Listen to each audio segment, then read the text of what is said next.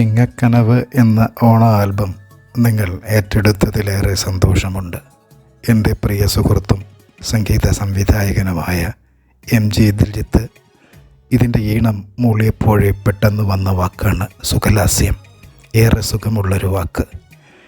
കുഞ്ഞാമൻ്റെ എതിരെന്ന പുസ്തകം അടുത്ത കാലത്ത് വായിച്ചപ്പോൾ അടുത്തു വന്നതാണ് ഈ പാണൻ. ഇപ്പോഴും എന്നെ വല്ലാതെ പിന്തുടരുന്നു. പാട്ടുകൾ കൈകാര്യം ചെയ്യുന്നവർ എന്ന അർത്ഥത്തിലാണ് പാണൻ എന്ന വയറ് വന്നത്. ഉടുക്കുപാട്ടിലൂടെ ഒരു നാടിൻ്റെ തന്നെ സന്ദേശവാഹകരാകുകയാണിവർ. കർക്കിടമാസത്തിലും ചിങ്ങത്തിലും ഭവനങ്ങളിലെത്തി കഷ്ടനഷ്ടങ്ങളെപ്പറ്റി നന്മകളുണ്ടാവാനായി പരദൈവങ്ങളെ സ്തുതിച്ചു പാടുന്ന രീതി ഇന്നും കേരളത്തിൻ്റെ പല ഭാഗങ്ങളിലും നിലനിൽക്കുന്നു.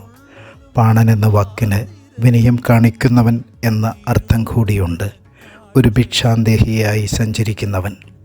അവന് ഭിക്ഷക്കാരൻ്റെ രൂപവും ഭാവവുമാണ്. ശ്രീ ആർട്ടിസ്റ്റ് അമരപുരം ഭാസ്കർ ഈ രൂപത്തിൽ വന്നപ്പോൾ യഥാർത്ഥത്തിൽ പാണൻ പുനർജനിക്കുകയായിരുന്നു. ഏവർക്കും ഓണാശംസകൾ. സ്നേഹപൂർവ്വം, ഡോക്ടർ ജോൺ പീറ്റർ.